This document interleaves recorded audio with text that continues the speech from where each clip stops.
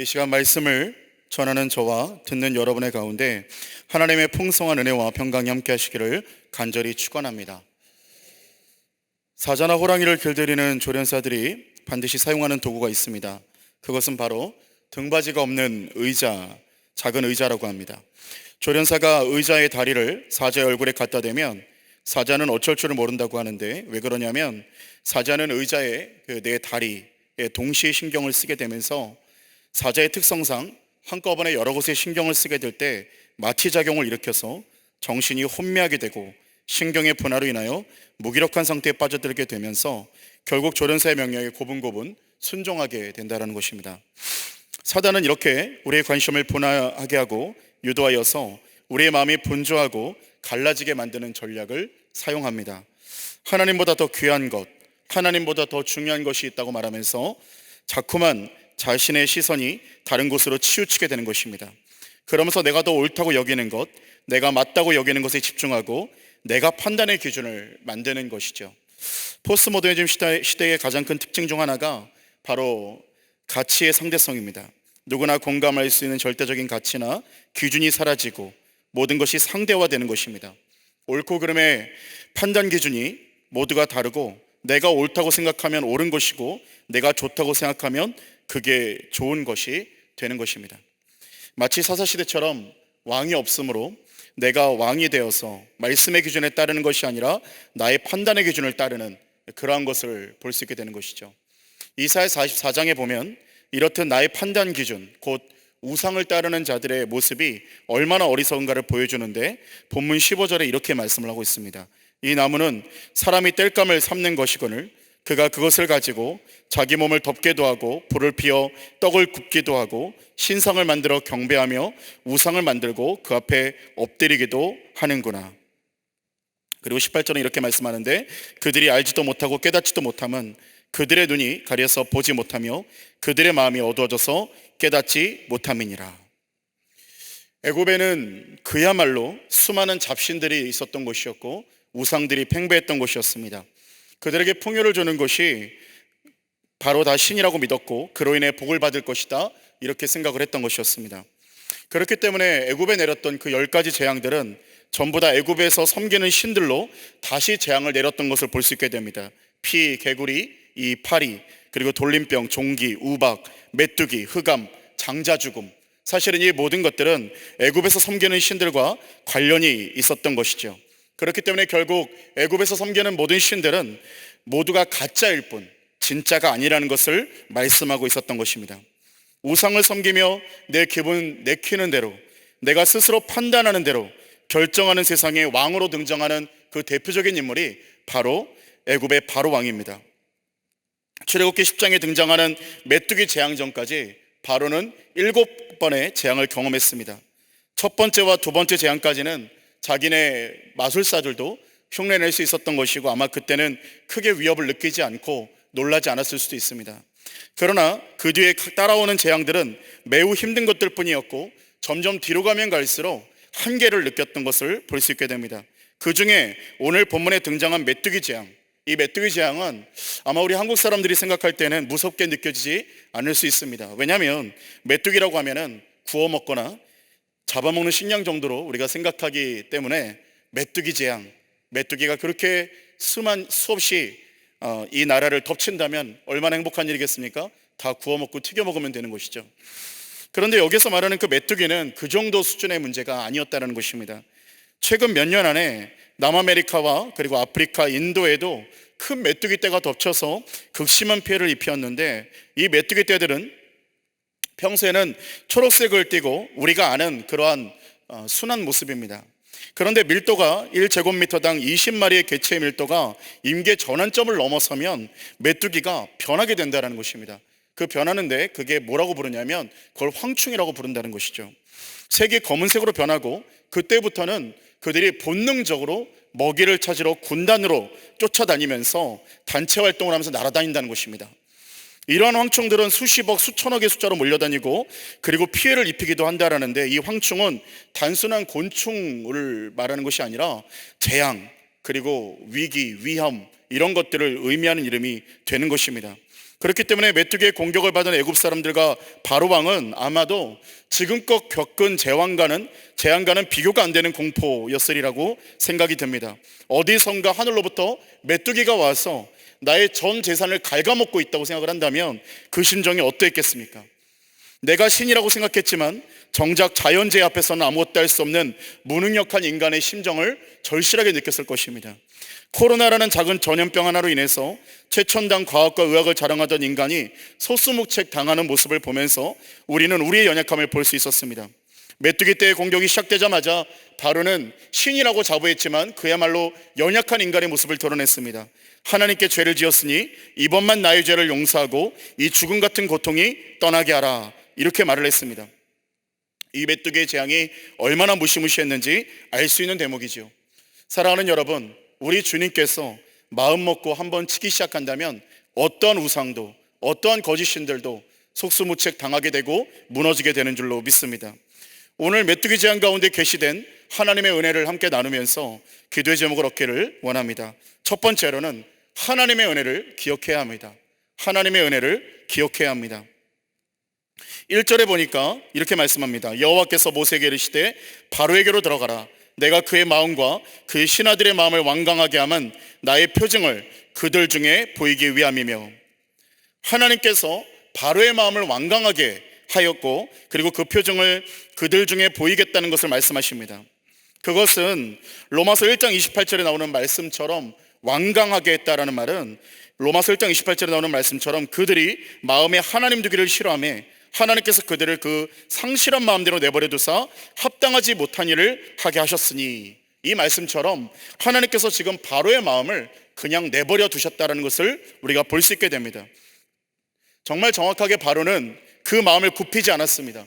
아마 엄청난 고난을 당한 이후였지만 바로는 그 마음이 계속적으로 완강해졌습니다.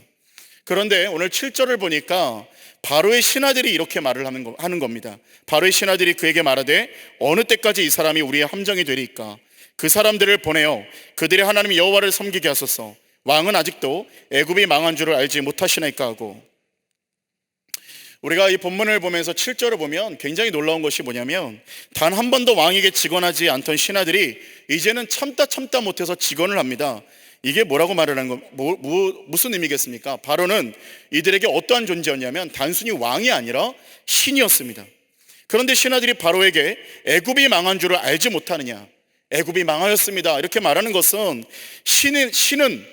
진짜 신은 바로가 아니라 하나님이 진짜 신이라는 것을 이들은 인정하고 있고 말하는 것입니다. 그러니까 오늘 바로에게 당신은 가짜입니다, 이제 인정하고 우리가 망한 것을 좀 돌아보십시오, 이렇게 말하고 있는 것이죠. 이게 지금 어떤 상황이냐면 진짜와 가짜가 구별되는 순간입니다. 이제 세상 사람들도 다 아는 것은 하나님은 진짜이고 바로는 가짜라는 사실이었는데 그것을 오늘 바로도 알게 되었다는 것입니다. 그러나 그들이 원하는 대로 하게 해주지 않고 마음을 굽히지 않습니다.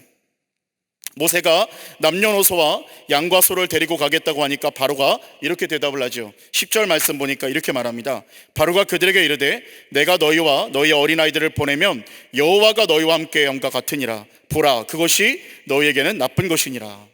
이것을 세 번역으로 보면 이게 무슨 의미가 되냐면 이렇게 말합니다. 바로가 그들에게 호통쳤다. 그래, 어디 다 데리고 가봐라. 너희와 함께 있는 너희의 주가 나를 감동시켜서 너희와 너희 아이들을 함께 보내게 할 것 같으냐? 어림도 없다. 너희가 지금 속으로 악한 음모를 꾸미고 있음이 분명하다. 바로가 지금 어린아이들을 예배드리러 가게 할 수 없다는 말은 자녀들을 볼모로 삼아서 이스라엘이라는 거대한 노동력이 예배만 드리고 다시 돌아와서 우리 애굽의 종의 역할을 계속 할 수 있도록 하겠다라는 것입니다. 다시 말해서 이스라엘 민족은 내 것이라는 것이죠. 내 소유라는 것입니다. 이스라엘 백성들도 내 것이고 그 자녀들도 다 내 것이고 이들은 내 재산 목록이다라고 생각하고 있다라는 것입니다. 시편 3절 말씀은 이 바로에 대해서 이렇게 이야기합니다. 악인은 그의 마음의 욕심을 자랑하며 탐욕을 부리는 자는 여호와를 배반하여 멸시하나이다. 그러나 우리 믿는 자들은 이 본문이 우리의 고백이 되어야 될 줄로 믿습니다. 고린도전서 15장 10절에 바울은 이렇게 말하고 있습니다. 내가 나된 것은 하나님의 은혜로 된 것이니 내게 주신 그의 은혜가 헛되지 아니하여 내가 모든 사도보다 더 많이 수고하였으나 내가 한 것이 아니요 오직 나와 함께 하신 하나님의 은혜로다. 내가 아니라 하나님의 은혜라는 것입니다. 달란트 비유에서 말하듯이 나의 것이 아니라 하나님의 것이라는 것을 인식할 수 있어야 된다는 것입니다. 새벽 예배 때 젊은 부부가 감사헌금을 드렸습니다. 이 부부는 명문대학을 졸업한 신앙이 좋은 부부였습니다. 하지만 아무리 시간이 지나도 취업이 되지 않았고 번번이 떨어지곤 했습니다. 그래서 작정하고 새벽 제단을 쌓은 것입니다. 이 부부는 이런 상황에서도 신실하신 하나님을 의지하면서 새벽 예배 시간마다 감사헌금을 드렸습니다. 이 기도의 제목이 무엇이었느냐면, 이 부부의 기도 제목은 이런 것이었습니다. 하나님, 저희가 계획하고 기도한 대로 응답해 주시지 않은 것을 감사드립니다. 우리가 계획한 대로 되지 않아서 감사합니다라고 감사헌금을 올렸다는 것입니다. 그런데 놀랍게도 이후에 이 부부는 미국 유학길이 열렸습니다. 사실 알고 보니까 이 부부는 공부가 하고 싶었지만 꿈을 접고 생계를 위해서 취업의 문을 열려고 했던 것이었습니다. 그런데 취업의 문이 자꾸만 열리지 않고 이들이 기도하자 하나님께서는 이 부부의 꿈을 이루어주시는 유학이라는 더 좋은 길을 열어주신 것입니다. 여러분, 감사는 누구나 할 수 있는 것이 아닙니다.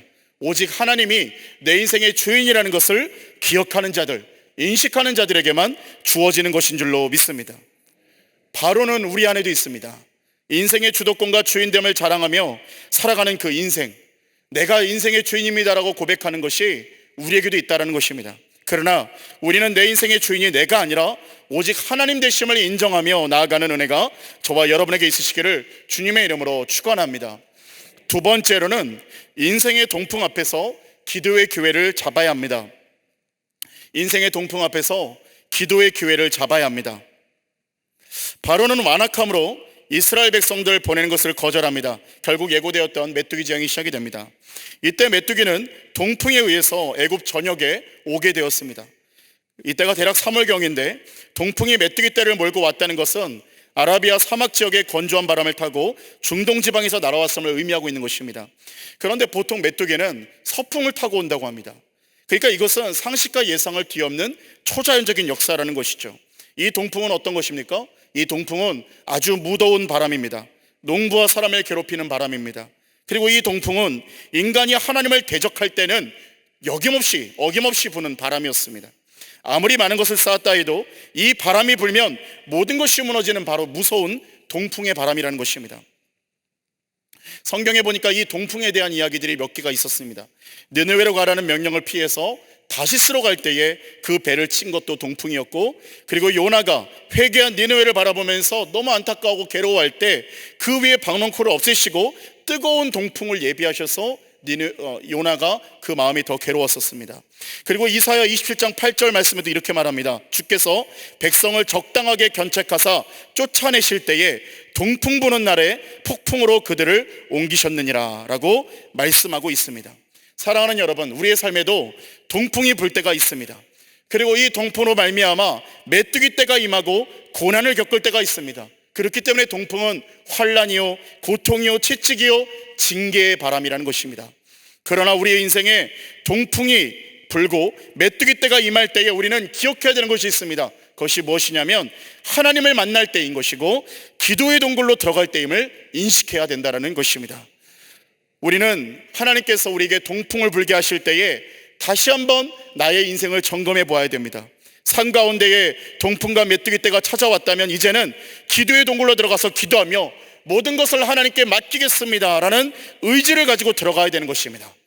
베드로전서 4장 19절은 오늘 그러한 동풍을 만난 자들에 대해서 이렇게 말하고 있습니다. 그러므로 하나님의 뜻대로 고난을 받는 자들은 또한 선을 행하는 가운데에 그 영혼을 미쁘신 창조주께 의탁할지어다.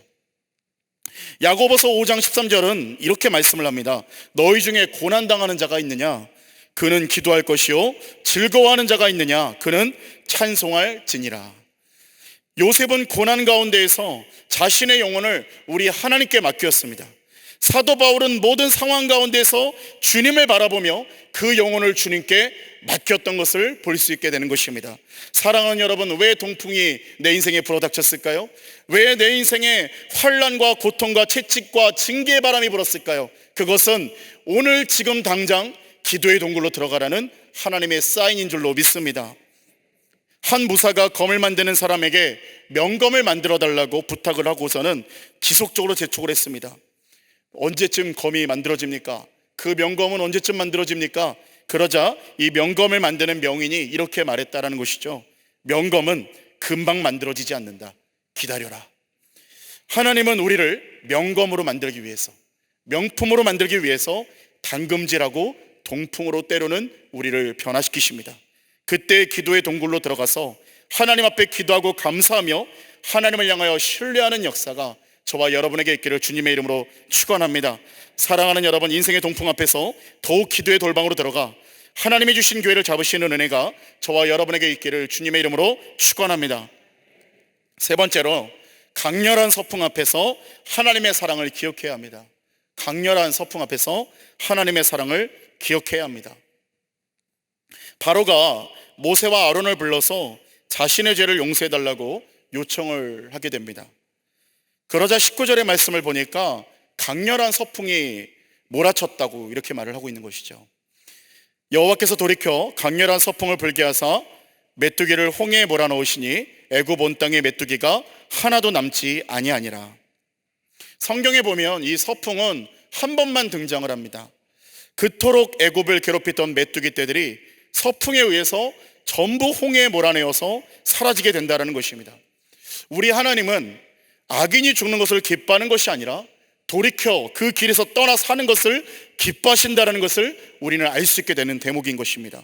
경고와 고난을 담은 동풍이 우리 인생에 닥치기도 하지만 하나님께서 정말 기뻐하시는 것은 동풍이 아니라 그 인생의 메뚜기들을 걷어가시는 서풍의 은혜를 기뻐하신다는 것입니다. 어떤 악인이라도 회개하면 다시 살게 하는 것이고, 회개하면 서풍을 불어서 인생의 메뚜기들을 쫓아내 주시는 것이 바로 하나님의 사랑이라는 것입니다. 이것이 바로 하나님의 본심이라는 것이죠. 에스겔 33장 11절의 말씀이 이렇게 말씀을 합니다. 너는 그들에게 말하라. 주 여호와의 말씀이니라. 나의 삶을 두고 맹세하노니 나는 악인이 죽는 것을 기뻐하지 아니하고 악인이 그의 길에서 돌이켜 떠나 사는 것을 기뻐하노라. 이스라엘 족속아, 돌이키고 돌이키라. 너희 악한 길에서 떠나라. 어찌 죽고자 하느냐 하셨다 하라. 이사야 43장 21절도 이렇게 말씀합니다. 야곱아 이스라엘아, 이 일을 기억하라. 너는 내 종이니라. 내가 너를 지었으니 너는 내 종이니라. 이스라엘아, 너는 나에게 잊혀지지 아니하리라. 사랑하는 여러분, 하나님께서는 우리에게 무궁한 사랑과 인자로 나타나시며 용서하기를 기뻐하시는 하나님이라는 사실을 우리는 깨달아야 할 줄로 믿습니다. 시각장애와 언어장애와 청각장애의 삼중고를 겪었던 헬렌 켈러는 유명한 가스펠 가수가 찬양하는 음악회에 참석했습니다. 그러나 그녀는 찬양을 들을 수가 없었습니다. 그래서 분장실에서 가수가 찬양을 마치고 돌아오기를 기다렸습니다. 마침내 가수가 돌아오자 헬렌 켈러는 이 찬양을 한 번 더 불러주기를 부탁했고, 그 가수는 헬렌 켈러 앞에서 단 한 사람을 위해서 찬송을 부르기 시작했습니다. 그 찬송의 제목은 거기 너 있었는가 그때에 라는 찬송이었습니다. 거기 너 있었는가 그때에, 주님 그 십자가에 달릴 때 때로 그 일로 나는 떨려. 거기 너 있었는가 그때에, 거기 너 있었는가 그때에, 주님 그 무덤에서 나올 때 때로 그 일로 주께 영광. 너는 거기 너 있었는가 그때에. 헬렌 켈러는 가수의 목에 손을 대고 진동을 통해서 가사를 들었습니다. 그리고 찬송을 듣던 헬렌 켈러는 눈물을 흘리며 이상한 말을 하기 시작했습니다. 통역사가 통역을 했는데 찬송이 진행되는 동안 그녀는 이렇게 고백했다는 것이죠. 네, 그렇습니다. 네, 저도 그 자리에 있었습니다. 그래서 그 광경을 믿음으로 보았습니다. 주가 죽을 때, 그리고 살아날 때 나는 거기에 있었습니다. 그리고 보았습니다. 확실히 구원받았습니다. 한때는 스스로 목숨을 끊으려 했지만 이제 나는 성령의 소원을 따라 살 수 있습니다. 그렇습니다. 내가 살아 숨쉬는 동안 나는 이 거룩한 소원을 따라서 살 것입니다. 헬렌 켈러는 인생의 강력한 동풍 앞에서 좌절했지만 또한 강력한 서풍 앞에서 헬렌 켈러는 그 서풍을 기억했습니다. 하나님은 나를 사랑하신다는 사실이었습니다. 누구나 인생 가운데 동풍과 서풍이 존재합니다. 그러나 이 동풍과 서풍 앞에서 반응은 제각기입니다. 누군가는 원망하기도 하고 누군가는 하나님을 한량없이 신뢰하고 의지하기도 합니다. 사랑하는 여러분, 하나님을 한량없이 신뢰하고 의지하는 저와 여러분 되시기를 주님의 이름으로 축원합니다. 초대교회사를 보면 한 조사가 시편 23편 말씀을 읽던 중에 예배당에서 잘못 읽어서 여호와는 나의 목자신인데 이걸 잘못 읽었다는 것입니다. 여호와는 내 목을 자르시니 내게 부족함이 없으리로다, 이렇게 읽었다는 것이죠. 여호와께서 내 목 자르시니 내게 부족함이 없으리로다. 그리고 그 조사는 단번에 이렇게 설명했습니다. 그걸 읽자마자 잘못 읽은 거를 모르고 여호와는 내 목 자르시니 내게 부족함이 없으리로다, 저는 죽어도 좋습니다, 이렇게 선포를 했습니다. 그러자 회중들이 놀랍게도 뭐라고 말하냐면 저도 주님이 목 자르셔도 좋습니다. 주님이 제 목 자르셔도 저는 주님이면 충분합니다, 이렇게 고백했다라는 거예요. 여호와께서 내 목을 자르셔도 나는 그분을 따르겠다라는 것이죠. 내 안에 영생의 부활과 소망이 있으니 무엇이라 해도 아멘이라는 말씀입니다. 주님을 의지하는 그 은혜, 하나님께서 내게 어떻게 하셔도 서풍을 부셔도 아멘이지만 동풍을 부셔도 아멘입니다. 왜냐하면 우리 하나님의 나를 향한 본심이 무엇이냐면 바로 서풍을 주기를 원하시는, 하나님께서 나에게 사랑을 주시기를 원하시는 그 하나님의 그 사랑이 본심이기 때문입니다. 그렇기 때문에 나는 하나님을 의지합니다. 그래서 여호와가 내 목 자르셔도 아멘이고 여호와께서 내 목 자르셔도 아멘입니다. 이 고백이라는 것이에요. 사랑하는 여러분, 하나님께서는 어떠한 상황에서도 우리를 사랑하십니다. 그 사랑, 동풍이 있지만 서풍으로 곧 회복시키시는 그 사랑이 우리 안에 있음을 믿으시는 저와 여러분 되시기를 주님의 이름으로 축원합니다. 기도하시겠습니다. 사랑의 하나님, 이른 새벽부터 주의 전에 모여 예배하게 하시고 이 저녁에도 주님을 사모하는 마음으로 예배 자리를 지키게 하시니 감사합니다. 서풍으로 회복시키시는 하나님의 사랑을 의지하게 하여 주실 뿐만 아니라 동풍 중에서도 기도의 동굴로 들어가게 하여 주셔서 하나님 어려운 때에도 주님을 의지하게 하여 주십시고 세상의 방법이 아니라 하늘의 불로 우리의 심령이 적셔지는 은혜가 있게 하여 주시옵소서. 사랑하는 성도님들이 한 주간을 지키시고 보호하여 주시며 각 가정과 삶이 부흥되게 하여 주시고 살아나게 하여 주시고 능력을 받는 밤이 되게 하여 주시옵소서. 이 모든 말씀 살아계신 우리 주 예수 그리스도의 이름으로 기도합니다. 아멘.